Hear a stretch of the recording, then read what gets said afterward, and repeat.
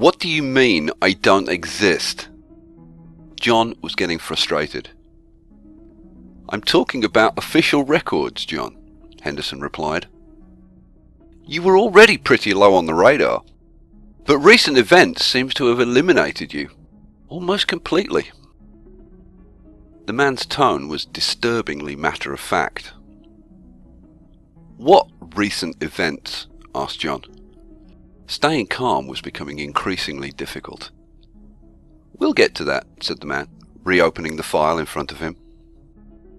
You were born in Tarsus Falls. You were homeschooled by your mother. And at 16 you started apprenticing in your father's business, restoring antique furniture and clocks.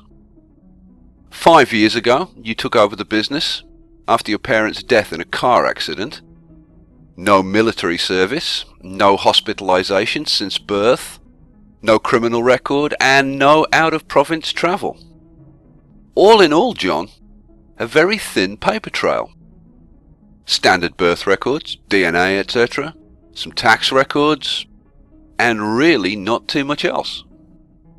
But still certainly enough to prove you existed. The man's thin smile returned. Apparently he had amused himself again. But 6 days ago, 2 things happened. Now the first you've probably seen on the news. Rioters burned down the Central Records office in New Washington. John had seen it. It had been all over the news for days. Large burning buildings make for good TV. The second event you won't have heard of. You might want to sit down for this. John looked at Henderson. The man's face still carried that matter-of-fact look, but something in his eyes told John this was serious. John recovered the chair from where he'd pushed it aside earlier and sat down. Henderson continued. 6 days ago, at 2:13 a.m., we detected a seismic event. From the fault? John asked. John was referring to the geological fault that lay around 100 miles off the coast of Tamarin. Seismic events weren't uncommon. Tamarin Island was surrounded by a network of sophisticated sensor stations that monitored everything from seismic and thermal activity to radar and sonar. 50 years earlier, the island had been completely destroyed by a giant tsunami caused by an underwater earthquake.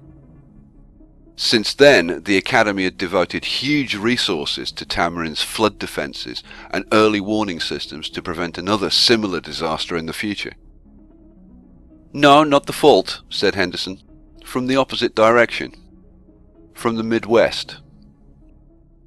John stared at Henderson. Tarsus was in the Midwest. What could have happened? At the same time, satellite surveillance picked up a heat plume, followed by significantly increased levels of radiation. A burning sensation in John's chest made him realize that he had stopped breathing. Where? Asked John, forcing himself to inhale slowly. Tarsus Falls, said Henderson. John had known he was going to say Tarsus, but it still hit him like a sledgehammer. After that we heard nothing for a while. Omega-Co enforced a news blackout and shut down the whole area.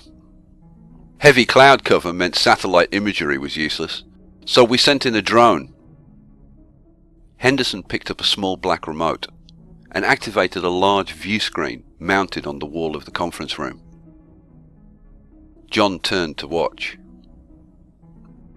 Sorry about the quality. The radiation plays hell with the drone's electronics. The centre of Tarsus was too hot for us to get any closer. This is in the suburbs, around 5 miles from the epicentre. As you can see, there's not much left. We're estimating casualties at upwards of 500,000. It's gone, John thought to himself. Tarsus is gone. John turned back to Henderson. What happened? John's tone was steely. Honestly, we have no idea. We know it wasn't a missile-based attack. Satellites would have detected any launches. There's no nuclear plant anywhere near Tarsus, so our best guess is that someone smuggled in a device and detonated it. Henderson closed the file in front of him. John's mind raced. It was gone. All of it. Everything he'd ever known. Everyone he'd ever known. "Duncan," John explained, as the thought suddenly hit him. "Duncan's fine," said Henderson. His tone was surprisingly reassuring. That was the first time his voice had held any real emotion. "We believe the two events were connected.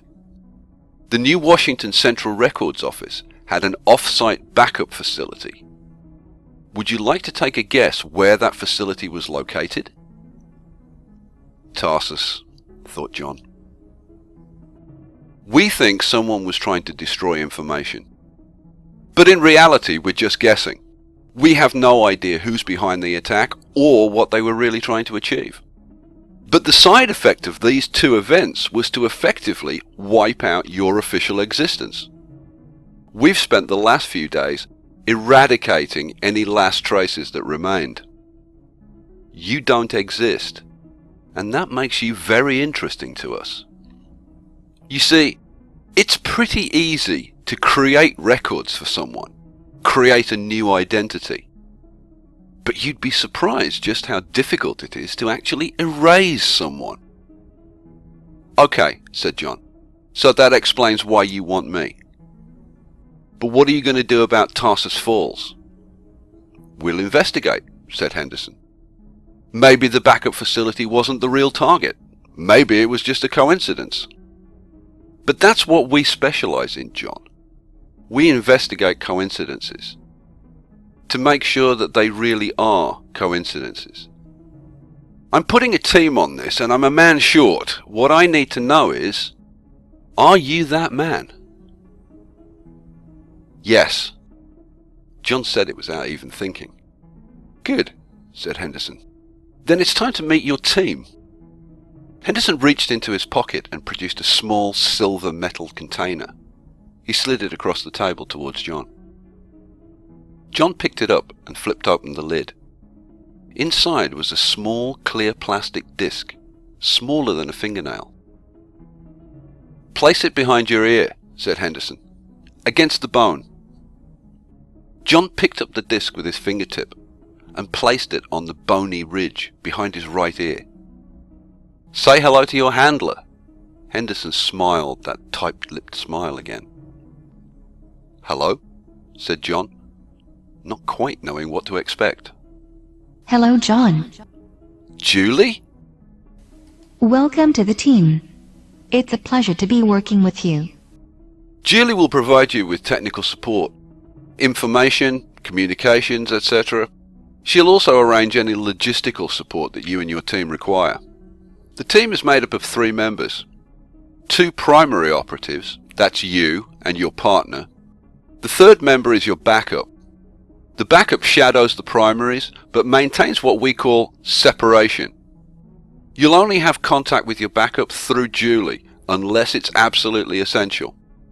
As well as watching your back, the backup also performs certain special functions for the team."